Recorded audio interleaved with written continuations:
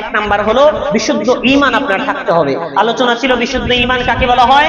এখনই আপনারা নতুন ভাবে অনেকেই প্রথমে ছিলেন না, আবারও আমরা কালেমা পড়ি, লা ইলাহা ইল্লাল্লাহু মুহাম্মাদুর রাসূলুল্লাহ। এই কালেমার অর্থ হলো দুনিয়ার সব দিক বিবেচনায় সর্ব কাজের ক্ষেত্রে আল্লাহর বিধানকে, আল্লাহকে সবার উপরে রাখা এবং স্বাভাবিক কাজকর্মের ক্ষেত্রে সুন্নাতকে অগ্রাধিকার দেওয়া। রাসূলের সুন্নাত অনুযায়ী জিন্দেগি করার নাম হলো কালিমা। হাজারবার কালিমা পড়লেন, আপনার কর্মের পরিবর্তন হলো না, বুঝতে হবে আপনার কালিমা শুদ্ধ হয় না।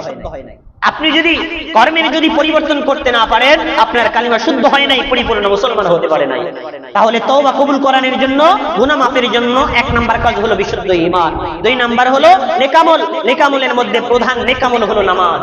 5 ওয়াক্ত নামাজ পড়বেন, স্বাভাবিকভাবে নেকামল গুলো করবেন। আপনার আল্লাহর কাছে বারবার ওই কইতে হবে না যে তওবা কর তওবা কর, আপনার কর্মের মাধ্যমে আল্লাহ মাফ করে দিবেন। 3 নাম্বার হলো তওবা করতে হবে খালেস ভাবে। তওবা কাকে বলা হয়? তওবা হলো ফিলহাল এখনই আমি আল্লাহর কাছে অঙ্গীকার করলাম সামনে গুনাহ আর করব না, গুনাহ ছেড়ে দিলাম, গুনাহ করব না, আপনার কাছে অনুতপ্ত হয়ে ক্ষমা চাচ্ছি। তিনটি জিনিসের নাম অনুতপ্ত, আফসোস, গুনাহ ছেড়ে দেওয়া, ভবিষ্যতে গুনাহ না করার অঙ্গীকার করা। এই তিনটি জিনিসের সমন্বয় যদি আপনার থাকে তাহলে তওবা হয়ে যাবে। 4 নাম্বার হলো তাকওয়া ভিতরে লালন করতে হবে। তাকওয়া কাকে বলা হয়? তাকওয়া হলো আল্লাহ আপনাকে সর্বদাই দেখতেছেন, আল্লাহ আপনাকে দেখতেছেন, আপনার দিকে তাকায় আছেন, এই চিন্তা ভাবনা নিয়ে আল্লাহর নাফরমানির সব কাজকর্ম থেকে বেঁচে থাকা এবং তার ইবাদতগুলোকে আনুগত্যের সাথে, ইখলাসের সাথে আদায় করা। এখন একজন নেতা যদি সামনে থাকে, সে বলতেছে এটা করো, এখন আপনি কি হেলায় ফেলায় উদাসীনতার সাথে, অবহেলার সাথে কাজটি করতে পারবেন নাকি সর্বাত্মক গুরুত্ব দিয়ে কাজটা করবেন? অতএব আল্লাহ আমাকে দেখতেছেন, তার কাজটা তো আমাদেরকে গুরুত্ব দিয়ে করতে হবে। এটাকে বলা হয় তাকওয়া। এটা করলে আল্লাহ আপনাকে মাফ করে দিবেন। 4 নাম্বার। 5 নাম্বার হলো দান করা। তওবা করার সাথে সাথে কিছু দান সদকা করা, মানুষের উপর দয়া করা। 6 নাম্বার আরেকজনকে ক্ষমা করা। আপনি যদি ক্ষমা করেন তাহলে আল্লাহর কাছ থেকে আপনি ক্ষমা পাবেন। আল্লাহর কাছ থেকে আপনি ক্ষমা পেতে চাইলে আরেকজনকে ক্ষমা করতে হবে, আরেকজনকে মাফ করতে হবে। 7 নাম্বার হলো রোগীকে দেখতে যাওয়া। আমরা এই আমলগুলো করার চেষ্টা করব তো ইনশাআল্লাহ। আমাদের এলাকায় যদি কোনো রোগী থাকে, আমরা চেষ্টা করব রোগীকে দেখতে যাব। রোগীকে দেখতে গেলে রোগীর চাইতে আমার লাভ বেশি, আমার উপকার বেশি।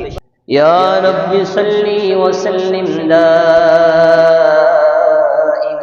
أبدا على حبيبك خير الخلق كلهم بلغ العلا بكماله كشف الدجى بجماله حسنت جميع خصاله صلوا عليه وآله আলহামদুলিল্লাহ। আল্লাহ পাকের দরবারে লাখো কোটি শুকরিয়া, যিনি আমাদেরকে তার পক্ষ থেকে দেওয়া মহান অফারের পবিত্র মাহে রমজানের শেষ দিন পর্যন্ত আমাদেরকে সুস্থ ঈমান এবং শরীর নিয়ে বেঁচে থাকার তৌফিক এবং সেই রোজা অবস্থায় তার মহান হুকুম জমার নামাজ আদায় করার জন্য পাক ও পবিত্র হয়ে মসজিদে আসার তৌফিক দিয়েছেন। দিল থেকে শুকর আদায় করি, বলি আলহামদুলিল্লাহ। আজকে সর্বশেষ রোজা হতে পারে আমাদের জীবনের শেষ রোজা। এটা সামনে হয়তো আমাদের কপালে আর রমজান মাস আসবে না। আমাদের চূড়ান্ত সর্বশেষ একটু সময় আল্লাহ আমাদেরকে দিয়েছেন, যেন আমরা নিজেদের ভুলগুলো বুঝতে পেরে পিছনের সব অপরাধের প্রায়শ্চিত্ত করে চূড়ান্তভাবে আল্লাহর কাছে তওবা করে আল্লাহর পক্ষ থেকে পবিত্র মাহে রমজানের বরকত এবং ফজিলত অর্জন করতে পারি। এর একটি সুযোগ আল্লাহ আমাদেরকে দিয়েছেন, আজকে পর্যন্ত আমাদেরকে জীবিত রাখছেন। গত সপ্তাহে আমাদের আলোচনা ছিল পবিত্র মাহে রমজান পেয়ে নিশ্চিতভাবে আমাদের অনেকেই আমাদের গুনাহগুলো ক্ষমা করাইতে পারি না। আমাদের যে আমলের করুণ অবস্থা, আমাদের এই আমল দিয়ে গুনাহ ক্ষমা তো দূর কি বাদ, এই আমলের ভুলের কারণে আমাদের গুনাহগুলো আরো বাড়ে। চূড়ান্তভাবে আমাদেরকে তওবা করতে হবে, সে আলোচনা হয়েছিল। কিভাবে তওবা করব? তওবার মাধ্যমে আল্লাহ চাইলে পুরো রমজান মাসের বরকত আমাদেরকে দিতে পারেন। রাসূলের হাদিস অনুযায়ী পবিত্র মাহে রমজান পেয়ে যে নিজের জীবনের গুনাহ মাফ করাইতে পারল না, তার জন্য দুর্ভোগ, তার জন্য অভিশাপ। রাসূলের সেই বদদুয়া থেকে বাঁচার জন্য আল্লাহর কাছে দোয়া করা, আল্লাহ আমরা যেন এই সুযোগ হাতছাড়া না করি।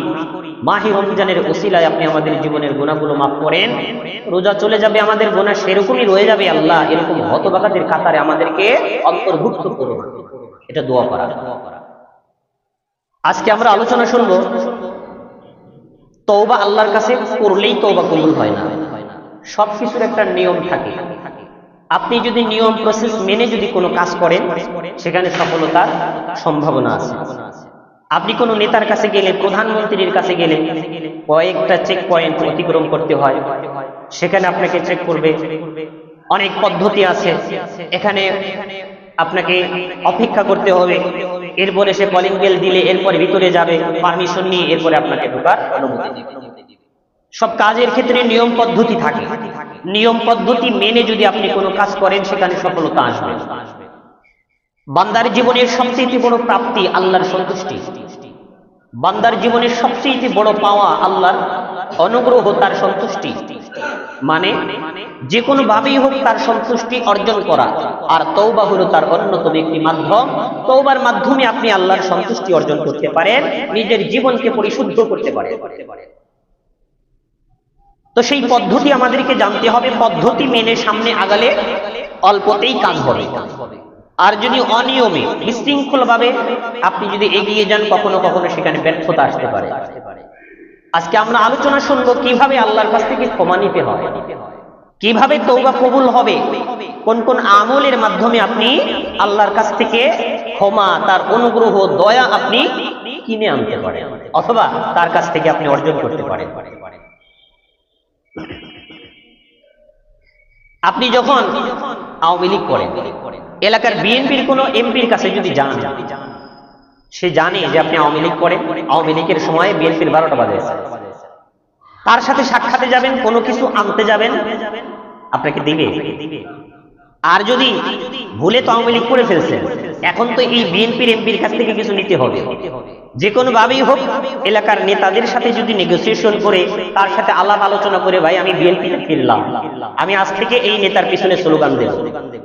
এরপরে যখন তার সামনে গিয়ে পাম দিবেন, আপনার মতো নেতার জগতে হয় না। পাম দেওয়ার পরে সামনে থেকে আপনার দলেই থাকবো, আপনাকে ভোট দিবেন। আমার কিছু কাজ আছে, আমার কিছু আবেদন আছে, তখন ওই এমপি সাহেব বলছে তাড়াতাড়ি আসো, তোমার সিরিয়াল সবার আগে। আর যদি আপনার গায়ে লেভেল আছে আওয়ামী লীগের, এবং সেই এমপির যদি বিরোধিতার চিহ্ন যদি আপনার কাছে থাকবে, সিরিয়াল থাকলেও আপনারা বলবে টাইম নাই, ঠিক না? তো আপনি যখন সারা পৃথিবীর অধিপতি, রাজাদের রাজা, রাজাদিরাজ, তার কাছ থেকে আপনি কোনো কিছু চাইবেন, আর আল্লাহর দরের বাহিরে তার নাফরমানদের লেভেল আপনার শরীরের মধ্যে আছে, এই পরিস্থিতিতে আপনি তার কাছে চাইবেন আর পাবেন, এত সোজা? দুনিয়া লজিক দিয়ে বুঝলেন, আখিরাত কি বোঝার সুযোগ নাই? আপনি দুনিয়ার সবকিছু আপনার বিবেক বুদ্ধি দিয়ে বুঝলেন, যেখানে আমাদের সবচেয়ে বেশি বিবেক বুদ্ধি খাটানো দরকার, সেইখানে আমাদের বিবেক বুদ্ধি অকেজো হয়ে গেল, এটা তো চলে না। এই কারণে আল্লাহর কাছ থেকে যদি আপনি কিছু পাইতে চান, আমাদের বাংলা ভাষায়, আমাদের আঞ্চলিক ভাষায় বলে কিছু পাম দিতে, এবং তাকে সন্তুষ্টমূলক কিছু কাজ করতে হবে। আল্লাহ মাফ করুক, হয়তো তার ক্ষেত্রে পাম শব্দটি যায় না, যা হোক, তাকে সন্তুষ্টিমূলক কিছু ব্যবস্থাপনা আপনার থাকতে হবে। এরপরে আল্লাহ বলবেন, আল্লাহ আমি আজ থেকে আসি আপনার দলে। তখন আল্লাহ বলবে, ঠিক আছে, তোমার মুসলিকে নেওয়া হলো, ভবিষ্যতে তুমি এটা করবা না, এই শর্তে তোমাকে মাফ করে দেওয়া হবে। তো এই প্রসেস, নিয়ম, আল্লাহকে সন্তুষ্ট করার, তার কাছ থেকে ক্ষমা নেওয়ার, আপনার পক্ষ থেকে তওবা কবুল করানোর প্রথম ধাপ হলো আপনার বিশুদ্ধ ঈমান প্রয়োজন। বিশুদ্ধ ঈমান লাগবে, সহি ঈমান লাগবে। ভেজাল ঈমান নিয়ে তার কাছে যাবেন, ওই যে বললাম ভেজাল ঈমান, বুঝছেন তো? আমি ওটার মাধ্যমে উদাহরণ দিলাম। দেখা যায় রাজনৈতিক কোনো শব্দ ইউজ করলে অনেকেই বলে হুজুর রাজনীতির কথা কইেন না। আমাদের এটা হলো মস্তিষ্কের সংস্কৃতির অসুস্থতা। যা হোক, ওই যে উদাহরণ দিলাম, আপনার শরীরের থেকে যার কাছে যাবেন তার বিরুদ্ধাচরণের লেভেল গুলো দূর করতে হবে। এরপরে সামনে যাবেন, সে আপনাকে অ্যাকসেপ্ট করতে পারে। তো আপনি আল্লাহর কাছে যাবেন, আপনার শরীরে, আপনার অন্তরের যে লেভেল আছে, শয়তানের লেভেল, পশ্চিমাদের গোলামির লেভেল, নাফরমানির লেভেল, আরেকজনের ক্ষতি করার লেভেল, নামাজ ত্যাগ করার লেভেল, আল্লাহর নাফরমানি আর তার সাথে দুশমনি করার কার্যক্রমের লেভেল আপনার শরীরের মধ্য থেকে দূর করতে হবে। এটার প্রথম কাজ হলো আপনার বিশুদ্ধ ঈমান গ্রহণ করতে হবে। বিশুদ্ধ ঈমান না হলে জিন্দেগি ভর আল্লাহর ইবাদত করবেন, আল্লাহ ভ্রুক্ষেপ করবেন, আপনার দিকে ফিরেও তাকাবেন। এক নাম্বার প্রসেস, আল্লাহর কাছ থেকে সন্তুষ্টি, ক্ষমা এবং তার কাছ থেকে তওবা কবুলের গ্যারান্টি নিলে আপনার প্রথম যে কাজ সেটা হলো বিশুদ্ধ ঈমান লাগবে। এখন আমরা তো সকালে মুসলমান, বিকালে কাফের। আল্লাহর রাসূলের হাদিস, কিছু কিছু মানুষ আছে কিয়ামতের আগে এরকম একটা সময় আসবে, সকালে মুসলমান, বিকেলে কাফের থাকবে, সকালে কাফের, বিকেলে আবার মুসলমান, কালেমা পড়ে মুসলমান হয়ে যাবে। তো আমাদের পরিস্থিতি এই, মসজিদের ভিতরে আসি, হুজুর বয়ান করে, খুব বয়ান ভাল লাগে, দিল বিগলিত হয়ে গেছে, নরম হয়ে গেছে, আলহামদুলিল্লাহ, কালিমা লা ইলাহা ইল্লাল্লাহ। মসজিদ থেকে বের হয়ে আমি আর আল্লাহর আইন মানি না, আমি আর অর্থনীতির সিস্টেমে আমি আর সুদ ছাড়া কিছু বুঝি না, আমি আর লেখাপড়ার ক্ষেত্রে আল্লাহর বিরুদ্ধাচরণের যে শিক্ষা সেটা ছাড়া আমি বুঝি না, আমার ঈমান শেষ। তো সকালে ঈমান আছে, বিকালে ঈমান নাই, এইটা ভেবে আমাদের চিন্তা ফিকির করে ফিলহাল এখনই আমাদেরকে তওবা করে কালিমা পড়ে নতুন মুসলমান হতে হবে, ঈমান বিশুদ্ধ হয়ে যাবে। আমরা সবাই পড়ি লা ইলাহা ইল্লাল্লাহ মুহাম্মাদুর রাসূলুল্লাহ। ইতিপূর্বে যদি মুসলমান নাও থেকে থাকে, আল্লাহ আমি নতুন ভাবে আবার মুসলমান হব। এই কারণে এই জিকিরটা খুব দরকার। অল টাইম জিকির করবেন, তওবার নিয়তে, নতুন মুসলমান হওয়ার নিয়তে তওবা করবেন, নতুন মুসলমান হওয়ার নিয়তে এই কালিমা পড়বেন। তো বিশুদ্ধ ঈমান আমাদের হয়ে গেল। এই কালিমাটা তো আমরা দিল থেকে পড়ছি নাকি? কালেমার অর্থ উদ্দেশ্য তো জানি নাকি? কালেমার অর্থ উদ্দেশ্য হলো আপনার জীবনের সার্বিক দিকেই আল্লাহর আইনকে প্রাধান্য দেওয়ার নাম হলো কালিমা। ভালো করে বুঝেন, আপনার জীবনের সার্বিক দিকেই, সব দিক বিবেচনায়, যে কোনো ক্ষেত্রে, সর্বক্ষেত্রে, প্রতিটি পদে পদে আল্লাহর আইনকে অগ্রাধিকার দেওয়ার নাম হলো কালিমা পড়া। কালিমা শুধু মুখে লা ইলাহা ইল্লাল্লাহর জিকির না। আপনি কালিমা পড়লেন, আল্লাহ ছাড়া কোনো মাবুদ নাই, মানে আপনার মরণ পর্যন্ত যত কার্যক্রম আপনি করবেন, যা কিছুই করেন না কেন, সর্বক্ষেত্রে আল্লাহকে প্রধান মানতে হবে, আল্লাহর আইনকে উপরে রাখতে হবে, তাইলে আপনি মুসলমান। মুসলমান এত সোজা না ভাই।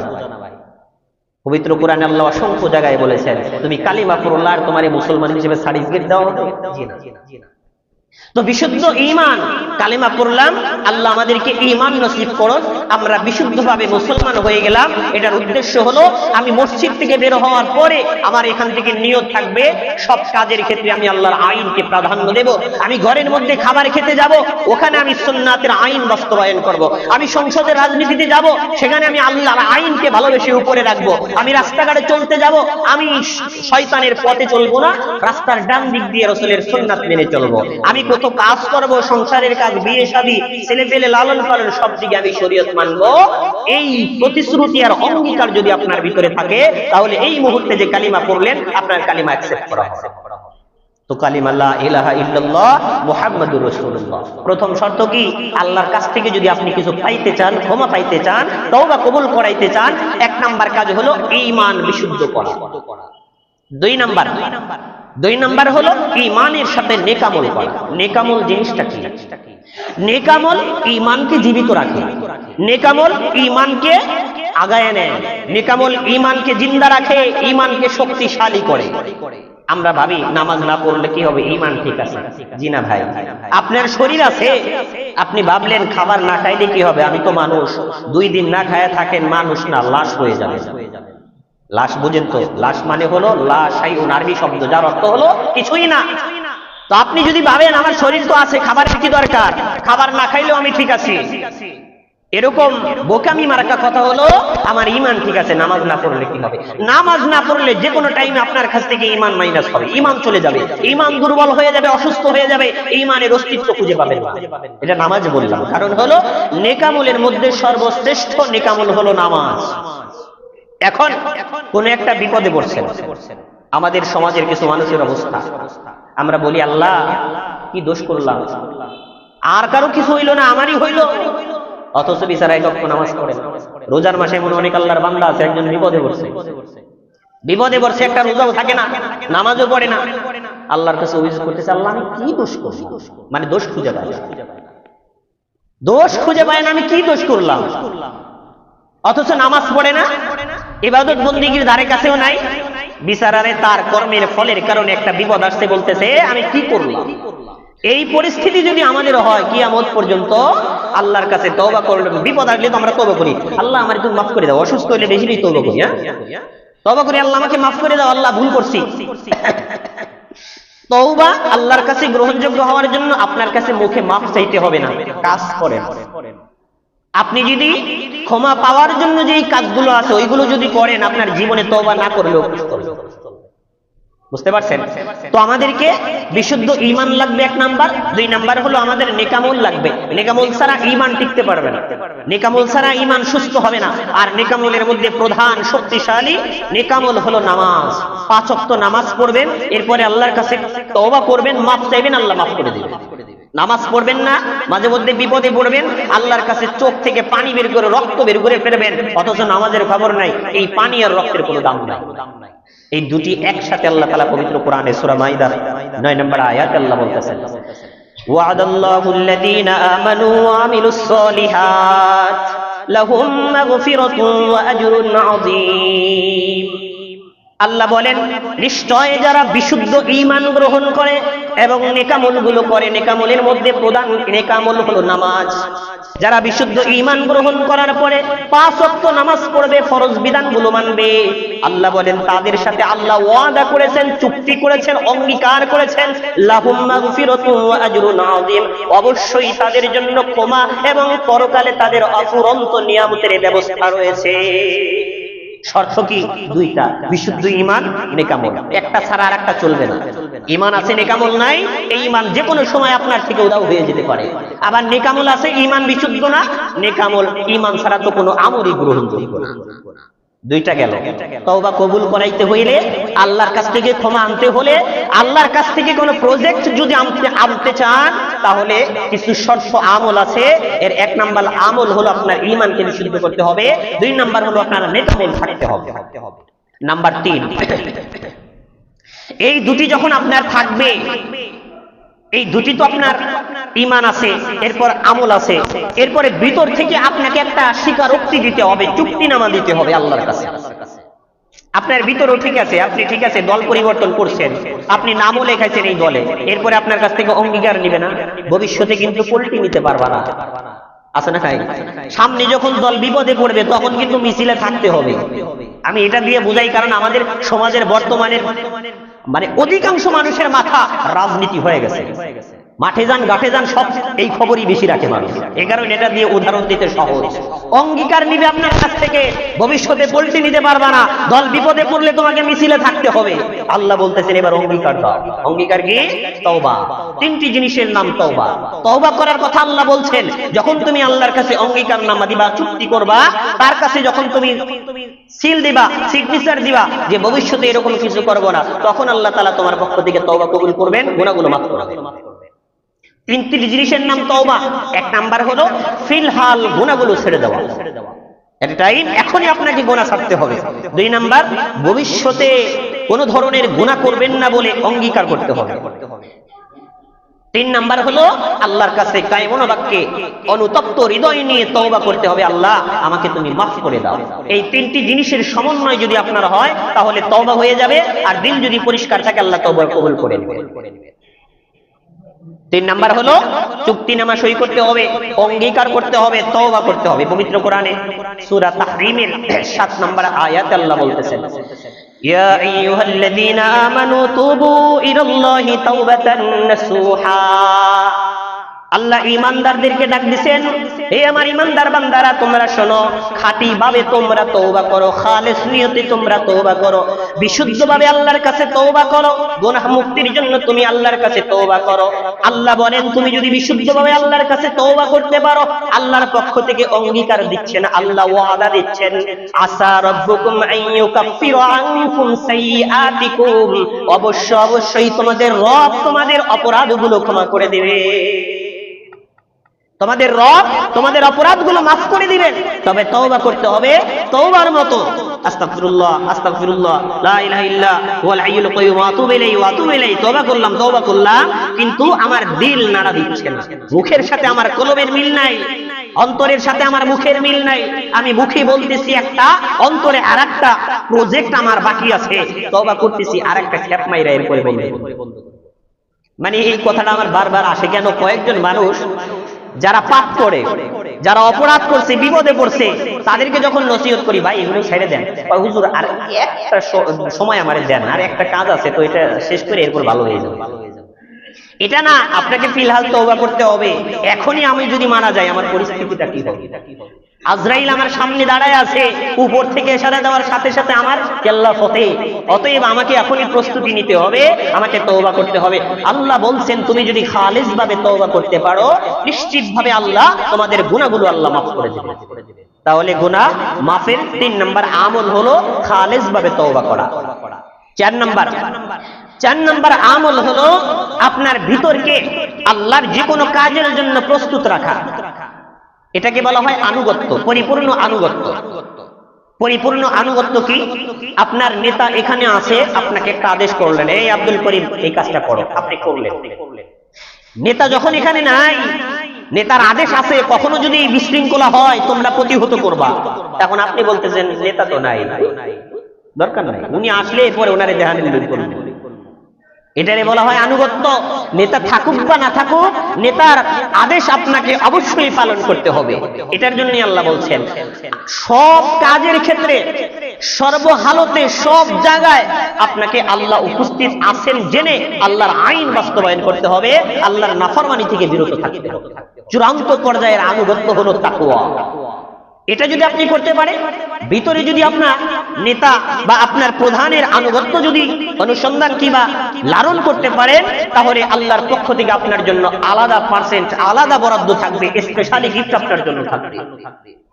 সূরা তাওবা, সূরা আহজাবের 70 নম্বর আয়াতে আল্লাহ এ ব্যাপারে বলেন, ইয়া আইয়ুহাল্লাযীনা আমানুত্তাকুল্লাহ ওয়া কুলু কওলান সাদীদা। আল্লাহ বলেন হে ঈমানদারেরা, তোমরা আল্লাহকে ভয় করো। মানে হলো সব জায়গায় তুমি এটা ভিতরের মধ্যে লালন করবা, আল্লাহ আমাকে দেখতেছে। যেখানে আল্লাহ আমাকে দেখে, আল্লাহ বলছেন এই রাস্তায় চলো, আল্লাহ আমার দিকে তাকাইছে, তিনি তাকানো থাকা অবস্থায় আমি কিভাবে অন্য পথে চলবো? আল্লাহ আমার দিকে তাকায় আছে, আল্লাহ বললেন সুদ খাইবা না, আল্লাহ আমাকে দেখতেছেন, আমি আল্লাহর সামনে গিয়ে সুদ খাইতেছি, এটা হতে পারে না, এটা মুসলমানের কাজ নয়।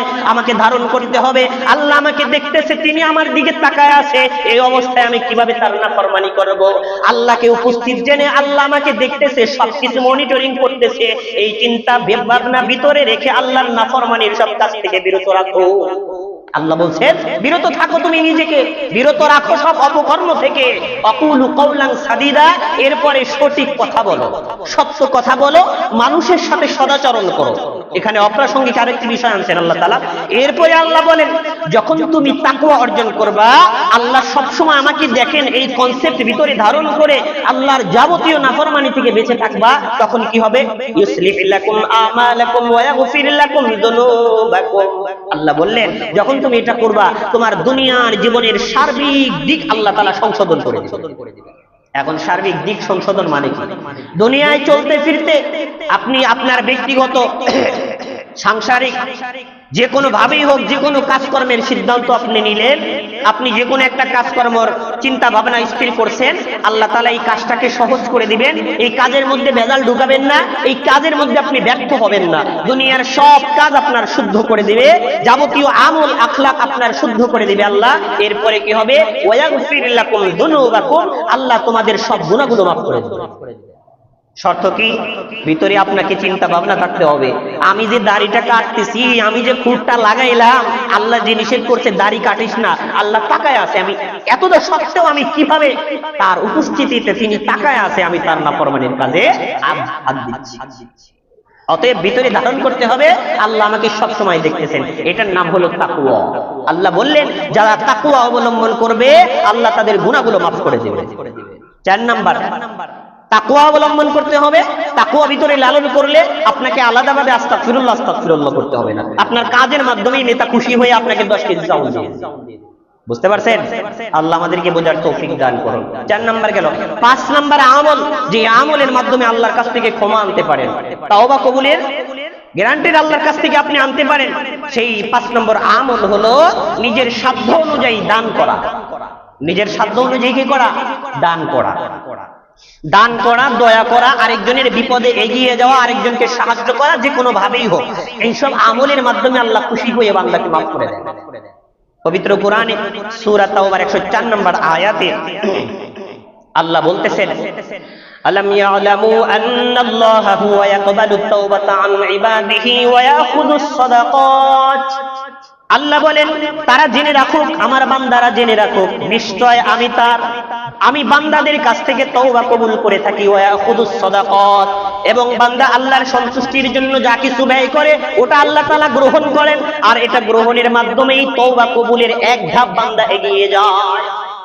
অর্থাৎ তওবা করলেন, সাথে সাথে যদি কিছু সদকা করেন, এর মাধ্যমে তওবা অবশ্যই কবুল করবে, আল্লাহ তাআলা ওয়াদা দিয়েছেন। এই কারণে উলামায়ে কেরাম বলে না, মারাত্মক ধরনের কোনো অপরাধ যখন হয়ে যায়, অথবা আপনার হাত থেকে কোরআন শরীফ পড়ে গেল, কোরআন শরীফের সাথে একটা বেদবি হয়ে গেল, মারাত্মক ধরনের একটা অপরাধ হয়ে গেছে, উলামায়ে কেরাম কি বলে?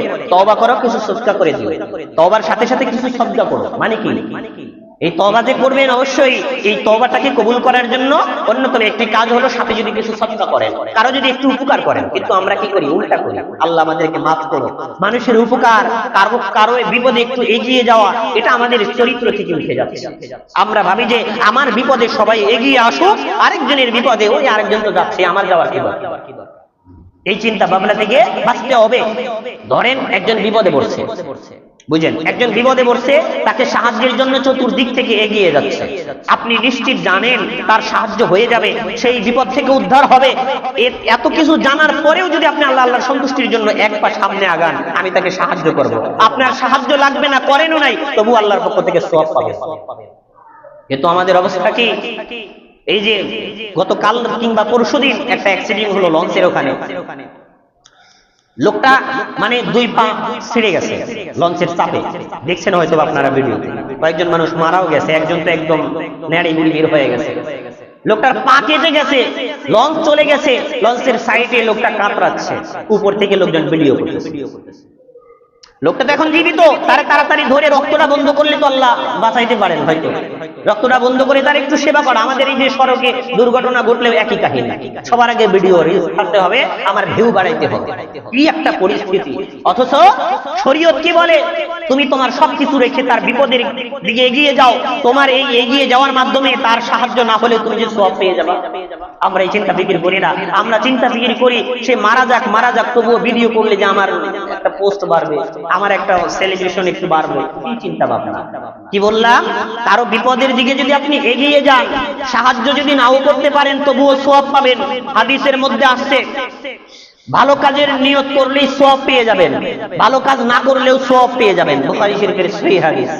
আপনি যদি ভালো কাজের নিয়ত করেন অথবা সামনে অগ্রসর হচ্ছেন, সিদ্ধান্ত নেবেন, তবুও সওয়াব পেয়ে যাবেন। কি বলতেছিলাম? আপনি যদি আল্লাহর কাছ থেকে ক্ষমা আর দয়া পেতে চান, তাহলে আপনাকে সাথে সাথে কিছু দান সদকা করতে হবে। দান সদকার মানে শুধুমাত্র টাকা পয়সা দেওয়া না, দান সদকার মানে শুধু আরেকজনকে খাবার খাওয়ানো না। দান এটা একটা দয়ার একটা পরিপূরক, দয়ার একটা অংশ।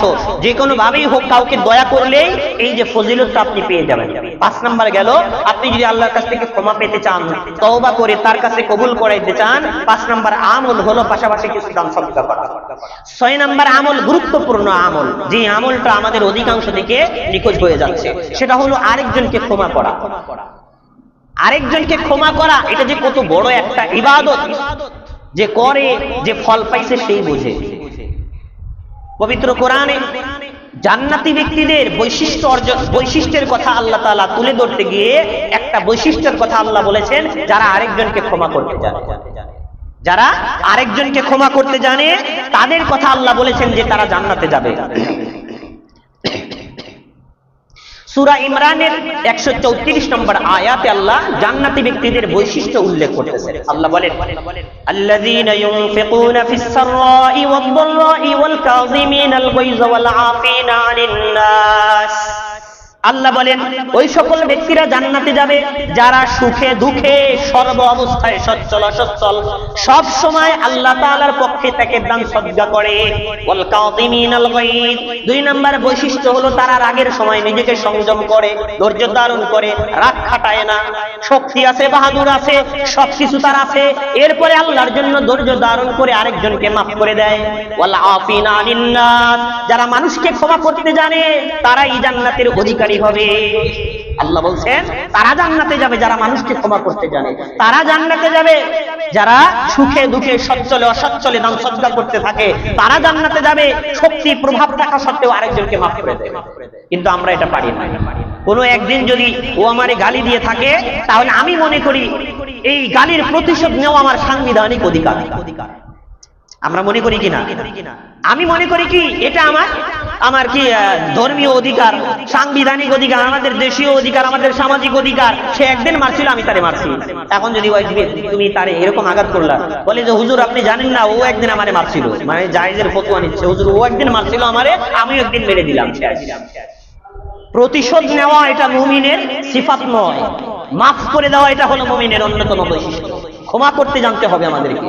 যদি আপনি ক্ষমা করেন আল্লাহ আপনাকে মাফ করবেন। আপনি ভাবতেছেন আমি তারে মাফ করবো কেন?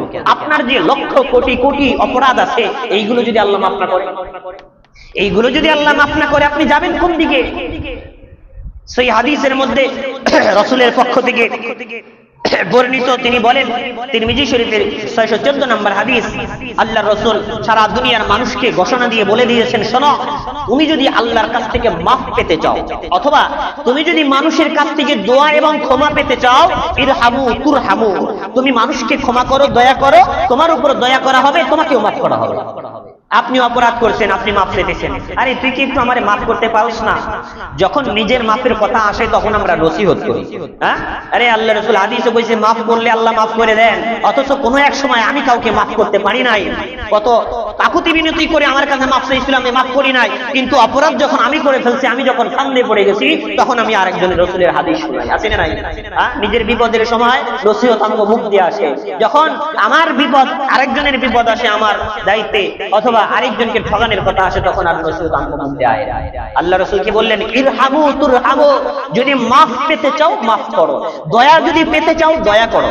এরপরে আল্লাহ রাসূল বলেন ওয়াগফিরু ইয়াগফিরুল্লাহু লাকুম, তুমি ক্ষমা করো, আল্লাহ তোমাকে ক্ষমা করবে। ওয়াগফিরু ইয়াগফিরুল্লাহু লাকুম, তুমি মাফ করো, আল্লাহ তোমাকে মাফ করবে। যদি মাফ করতে না জানো আল্লাহ তোমাকে মাফ করবে। একটি হাদিসের মধ্যে আছে, দুনিয়াতে যদি কোনো মুসলমানের দোষ গোপন রাখে, আল্লাহ তাআলা কিয়ামতের দিন তার যে দুনিয়ার কর্মের ক্ষেত্রে হাজার অপরাধ, এগুলো আল্লাহ তাআলা গোপন রেখে তাকে জান্নাত দিবেন। আপনি যদি অন্য কোনো মুসলমানের শত্রুতাবশত তার যদি দোষগুলো আরেকজনের কাছে বলে না বেড়ান অথবা তাকে যদি মাফ করে দেন, তাহলে কিয়ামতের দিন আপনার যে হাজার অপরাধ আছে অপরাধগুলো আল্লাহ মাফ করে দিয়ে দোষগুলো গোপন রেখে কিয়ামতের দিন আত্মীয় স্বজনের সামনে আপনাকে অপমান করবে না, আপনাকে আল্লাহ মাফ করে দিবে, জান্নাতের ব্যবস্থা করে দেবে। তাহলে আল্লাহর কাছ থেকে ক্ষমা পেতে চাইলে কি করতে হবে? ক্ষমা করতে হবে। ব্যক্তিগত রাগ, রাজনৈতিক প্রতিহিংসা, বংশগত প্রতিহিংসা, বিভিন্ন ধরনের প্রতিশোধ পরায়ণ চিন্তা ভাবনার কারণে আরেকজনের উপরে আঘাত থেকে আমাদেরকে বেঁচে থাকতে হবে।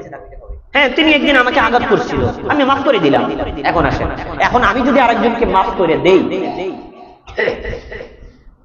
আমি হয়তো কারো উপর জুলুম করছিলাম, জুলুমের গুনাহ 2 কারণে মাফ হয়, আর কয়েকটা কারণ আছে। স্বাভাবিকভাবে তওবা করলে জুলুমের গুনাহ কিন্তু মাফ হয় না।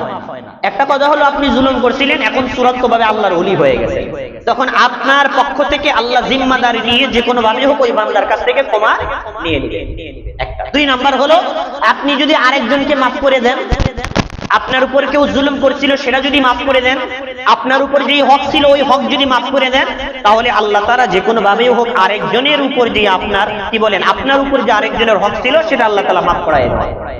যেমন আপনি কারো কাছ থেকে 2 টাকা মেরে গেছেন, কথার কথা, এখন আপনার কাছ থেকে আরেকজন 10 টাকা মেরে গেছে, আপনি মাফ করে দেন। বলেন যে আমি আল্লাহর রাস্তা থেকে মাফ করে দিলাম। কারণ কি?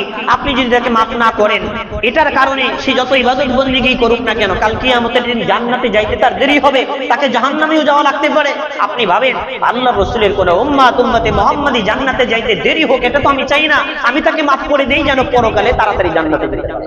এই চিন্তা ফিকির নিয়ে যদি আপনি কারো অপরাধ মাফ করে দেন, তাহলে যে কোনো ভাবেই হোক আপনি যেই অপরাধগুলো করেছেন, আরেকজনের হক নষ্ট করেছেন, আরেকজনকে গালি দিয়েছেন, আরেকজনের কি বলেন মানহানি করেছেন, সম্মান নষ্ট করেছেন, আল্লাহ যে কোনো ভাবেই হোক ওই মাফ নেওয়ার ব্যবস্থা আল্লাহ করেছেন। অত্যন্ত গুরুত্বপূর্ণ একটা ইবাদত হলো অন্যকে মাফ করে দেওয়া। নিজের উপর আরেকজনের হক থাকলে কি বলেন সেটা ক্ষমা করে নেবেন, আরেকজনের উপর নিজের হক থাকলে মাফ করে দেওয়া। মাফ করে দেওয়ার চিন্তা ভাবনা বৈশিষ্ট্যগুলো আমরা অর্জন করি। এটা হলো মুমিনের অন্যতম একটা বৈশিষ্ট্য এবং গুনাহ মাফের অন্যতম একটা শক্তিশালী অস্ত্র।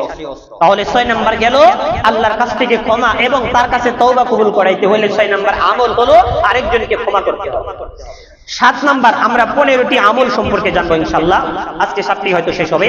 7 নাম্বার আমল হলো আমাদের সমাজে অনেকে অসুস্থ হয়, দেখা যায় অসুস্থ হয়, তার খোঁজখবর নেওয়ার মতো মন মানসিকতা আমগোর মধ্যে থাকে না। অথচ ইসলামী শরীয়তে রোগীকে দেখতে যাওয়া, রোগীর ব্যবস্থাপনা করা, তার বিপদে এগিয়ে যাওয়া, তার সেবা শুশ্রূষার ব্যবস্থা করা, এটা হলো ইসলামের মধ্যে অন্যতম একটা ইবাদত, সওয়াবের অনেক বড় একটি কাজ। আল্লাহ রাসূল স্পষ্ট আদেশ দিয়েছেন এবং ফজিলত বলেছেন, পাশে যদি তোমার কোনো বন্ধু বান্ধব অসুস্থতার ক্ষেত্রে ধর্ম দেখা যাবে না, কোনো অন্য ধর্মের লোক যদি বিপদে পড়ে অসুস্থ হয়, তবুও তাকে আপনি সামাজিকতার খাতিরে, বন্ধু বান্ধবের খাতিরে আপনি তাকে দেখতে যান, তার সেবা করেন। ওই যে আমরা একটা কবিতা পড়ছি না, আমরা যে সমাজের মধ্যে বিপদে পড়লে এগিয়ে যাই না, অথবা অসুস্থ হলে সামনে এগিয়ে যাই না, কিয়ামতের দিন আল্লাহ বলবে যে বান্দা আমি বিপদে পড়ছিলাম তুমি আসো নাই, আমি অসুস্থ হয়েছিলাম তুমি সেবা করো নাই। কবিতাটা পড়ছেন না? কোন ক্লাসের বাংলা বইতে সম্ভবত আছে। তো আল্লাহ যখন এগুলো বলবেন, বান্দা আপনি আবার কখন অসুস্থ হইলে? বলবে তোমার বাড়ির পাশে একজন গরিব অসহায় মানুষ অসুস্থ হয়েছিল, তোমার কাছে টাকা পয়সা সব ব্যবস্থাই ছিল, কিন্তু তুমি এগিয়ে যাও নাই। আহারে, হঠাৎ করে একটা অপ্রাসঙ্গিক কথা মনে পড়ে। এই অপরাধী যদি সবচেয়ে বড় অপরাধী কিয়ামতের দিন ধরা পড়ে, তারা হবে এই দেশের হাসপাতালের নার্স এবং ডাক্তার। বিশ্বাস করেন, কেউ ভুক্তভোগী হয়েছেন কিনা জানি না, হাসপাতালে যাবেন, টাকা আগে দিবেন, সিগনেচার করবেন, ফাইল পূর্ণ করবেন, এরপরে আপনার দেহ ধরবে, আপনি মরে যান, জানেন সেটা আমার কি। এখানে তো এদের ন্যূনতম একটা মানবতা, মানবিক একটা অবস্থা থাকা দরকার। লোকটি কাতরাচ্ছে, মারা যাচ্ছে, চিকিৎসা তো পরের কথা, প্রাথমিক চিকিৎসা দিয়ে আগে তার কি বলেন প্রাণ বাঁচাই, তার রক্ত বন্ধ করি, এই চিন্তা ফিকিরটুকু আমাদের হাসপাতালের ডাক্তার নামক কসাইরে করে। সবাই যে তা না, কিছু কিছু ডাক্তার মানবিক ডাক্তার আছে আলহামদুলিল্লাহ। তো কি বললাম, অসুস্থ হলে রোগীকে দেখতে যাওয়া, অসুস্থ হলে রোগীকে দেখতে গেলে অনেক ফজিলত। যখন কোন মানুষের জন্য ফেরেশতারা দোয়া করে, দোয়া আল্লাহ তাআলা তখন ওই ফেরেশতার পক্ষ থেকে ওই মানুষের জন্য অবশ্যই দোয়াটা কবুল করে নেন। এটা হাদিস দ্বারা প্রমাণিত। যখন কোন ফেরেশতা কোন মানুষের জন্য কোনো কিছুর জন্য দোয়া করে, তখন ওই দোয়া আল্লাহ অবশ্যই কবুল করে। হাদিসের মধ্যে আসছে, রোগীকে তখন আপনি দেখতে যাবেন, তিরমিজি শরীফের হাদিস 969 নম্বর হাদিস, তখন আল্লাহ তাআলার পক্ষ থেকে আল্লাহ তাআলা 70,000 ফেরেশতা আপনার সাথে সাথী বানিয়ে দিবেন, আপনার সাথে তারাও রোগীকে দেখতে যাবে। সুবহানাল্লাহ। কয় হাজার ফেরেশতা? 70,000 ফেরেশতা। রোগীকে দেখতে গেলে তার জন্য দোয়া করলে এই রোগীর চাইতে যিনি দেখতে যান তার লাভ বেশি। আবার শুনেন, আমি যে একজন রোগীকে দেখতে গেলাম, অসুস্থ ব্যক্তিকে দেখতে গেলাম, তার যে একটু সেবা করতে গেলাম, এর মাধ্যমে অসুস্থ ব্যক্তির যতটুকু লাভ হবে তার চেয়ে বেশি লাভ আমার। যখন আপনি রোগীকে দেখতে যাবেন, আল্লাহ বলবেন এই 70,000 ফেরেশতার একটা সেনাবাহিনী যাও। 70,000 একটা সেনাবাহিনী তো স্বাভাবিক 40,000 হয়, 70,000 প্রায় দুটি সেনাবাহিনীর মতো। তো 70,000 সেনাবাহিনী আপনার পিছনে দাঁড় করাই দিল, এরপরে তাদেরকে নিয়ে আপনি যাচ্ছেন। যখন আপনি রোগীকে দেখতে যাবেন, রোগীকে দেখতে যাওয়া থেকে নিয়ে ওই দিন যেদিন আপনি দেখতে গেলেন, সকাল থেকে নিয়ে সন্ধ্যা পর্যন্ত ওই ফেরেশতারা আপনার জন্য দোয়া করতে থাকবে। সুবহানাল্লাহ। হাদিসের মধ্যে আছে, মান আদা মারিদান, রাসূল বলেন, মান আদা মারিদান, কোন মুসলমান ব্যক্তি যদি আরেকজন অসুস্থ ব্যক্তিকে দেখতে যায়, শাইয়াহু 70,000 মালাকিন, তখন ওই ব্যক্তির সাথে আল্লাহ তাআলা 70,000 ফেরেশতা নিয়োগ করে দেন। কুল্লুহুম ইস্তাগফিরুল্লাহু হাত্তা সাবাহান ইলা আখিরিহি হাত্তা মাসাআন। আল্লাহর রাসূল বলেন, ওই 70,000 ফেরেশতা ওই ব্যক্তির পিছনে থাকে আর দোয়া করতে থাকে সকাল থেকে সন্ধ্যা পর্যন্ত, আল্লাহ আপনি আপনার এই বান্দাকে মাফ করে দেন। আল্লাহ কুল্লুহুম ইস্তাগফির লাহু, সব ফেরেশতারা দোয়া করে আল্লাহ আপনি আপনার এই বান্দাকে মাফ করে দেন। এটা তো মাফের দিকে গেল। এরপরে যখন আপনি দেখতে যাবেন, দেখতে যাওয়ার সময় হাদিসে বর্ণিত কিছু দোয়া আছে, দোয়া পড়লেন, তার মাথায় হাত দিয়ে আপনি দোয়া পড়লেন, দোয়াগুলো মুখস্থ করবেন, অনেক সওয়াবের কাজ। তো কি বললাম, যখন আপনি দেখতে যায় তার মাথায় হাত দিয়ে একটা দোয়া করবেন। দোয়াটা হলো আসআলুল্লাহাল আযীম রাব্বিল আরশিল আযীম আন ইয়াশফিয়াকা। দোয়াটার অর্থ হলো আরশের মহান অধিপতির কাছে আমি দোয়া করি আল্লাহ যেন তোমাকে শিফা দান করে। সুবহানাল্লাহ। এই যে একটি দোয়া, এই দোয়ার মাধ্যমে আপনি তার জন্য দোয়া করলেন, দোয়ার মাধ্যমে কি হবে, আপনি ওই ব্যক্তির জন্য দোয়া করলেন না, স্বাভাবিকভাবে দোয়া এবং আরেকজনের কল্যাণ ধর্মী চিন্তা ভাবনার ফলাফল কি জানেন তো? আপনি যখন আরেকজনের কল্যাণের চিন্তা করবেন সবার আগে আপনার কল্যাণ হবে, এটা হলো ফলাফল। আপনি যখন আরেকজনের ভালো চাবেন সবার আগে আপনার ভালো হবে। এই কথা মুখ থেকে যেটা বের হয় এটা হলো আপনার ওই সামনে একটা দেয়াল আছে রোগ খাওয়ার মতো, ইউজ বলের মতো, আপনি এখান থেকে মারলেন, ওখানে স্থির হওয়ার আগে আগে ফিরে আসবে আপনার কাছে। তো ভালো কাজের ক্ষেত্রে, ভালো কথাবার্তা দোয়ার ক্ষেত্রে আপনি যার জন্যই করেন না কেন আগে আপনি পাবেন ভালোটা। অতএব যখন আপনি তার সুখের জন্য, তার রোগের জন্য দোয়া করলেন, তার গুনাহ মাফের জন্য দোয়া করলেন, এর মাধ্যমে আল্লাহ আপনাকে মাফ করে দেবেন। এরপরে আরেকটি দোয়া আছে, দোয়াটি হলো যখন কোন রোগীকে দেখতে যাবেন তার দিকে তাকায়া আল্লাহ রাসূলের যে সুন্নাত, হযরত জাবের রাদিয়াল্লাহু তাআলা অসুস্থ হয়ে গেলেন, সংজ্ঞাহীন হয়ে গেছেন, তখন তিনি আবু বকর রাদিয়াল্লাহু তাআলা কে সঙ্গে নিয়ে জাবেরকে দেখতে গেলেন। তখন থেকে দেখতে গিয়ে এই দুটি দোয়া পড়েছিলেন এবং রাসূল সাল্লাল্লাহু আলাইহি ওয়াসাল্লাম ওযু করে তার অবশিষ্ট পানি ওই রোগীর শরীরে ছিটিয়ে দিয়েছিলেন। এর মাধ্যমে আল্লাহ তাআলা তাকে সুস্থতা দান করেছেন। তো যেই দোয়াটি আপনি যখন দোয়া করবেন তার দিকে তাকায় অথবা তার জন্য দোয়া করার জন্য, তখন হাদিসের মধ্যে আসছে ওই যে যেই রোগীর জন্য আপনি দোয়া করতেছেন ওই রোগ থেকে আল্লাহ তাআলা আপনাকে বাঁচায় দিবেন। যদি কোনো পাপের কর্ম হিসেবে না হয় স্বাভাবিকভাবে ওই রোগ আল্লাহ আপনাকে দিবেন। দোয়াটা হলো আলহামদুলিল্লাহিল্লাযী আফানি মিম্মা ইবতালাকা বিহি ওয়া ফাদ্দালানি আলা কাসীরিন মিম্মান খালাকা তাফদীলা। যদি এই দুইটি দোয়া আমলের জন্য যদি কেউ নিতে চান আমার সাথে একটু পরে যোগাযোগ করেন, আমি লিখে দিই। দোয়াটা হলো আলহামদুলিল্লাহিল্লাযী আফানি মিম্মা ইবতালাকা বিহি, হে আল্লাহ আপনি আপনার এই বান্দাকে যে অসুস্থতা দিয়েছেন, রোগ দিয়েছেন, আপনার কাছে হাজারো শুকরিয়া যে আপনি রোগ থেকে আমাকে বাঁচিয়েছেন। ওয়া ফাদ্দালানি আলা কাসীরিন মিম্মান খালাকা তাফদীলা, আপনি আমাকে ভালোবাসেন, আমার পাপের কারণে আমারে ডুবাইয়া দেন নাই, আমার পাপের কারণে আমার অসুস্থ। স্বাভাবিক, আবার অনেকে ভাববে যে ওদের পাপের কারণে তারা অসুস্থ হয়, স্বাভাবিক ভাবে না, কখনো কখনো পরীক্ষার জন্য হয়, কখনো বান্দাকে ভালোবেসে মহব্বত করে তার গুনাহ মাফ করার জন্য এই রোগ ব্যাধি আসে। স্বাভাবিক ভাবে যে আল্লাহ আপনি আমার পাপের কারণে আমাকে অভিশাপ হিসাবে, শাস্তি হিসাবে অসুস্থতা দেন নাই, অথবা আমাকে পরীক্ষা করার জন্য আমাকে এই বিপদে ফেলেন নাই। আল্লাহ আপনার দরবারে হাজারো শুকরিয়া, অনেকের মধ্যে আপনি আমাকে সম্মানিত করেছেন, মর্যাদা দিয়েছেন। দোয়াটার অর্থ আপনি যখন এই দোয়া করবেন হাদিসের মধ্যে আসছে ওই রোগ ব্যাধি থেকে আল্লাহ তাআলা আপনাকে মাফ করে দিবেন, আপনাকে বাঁচায় দিবেন।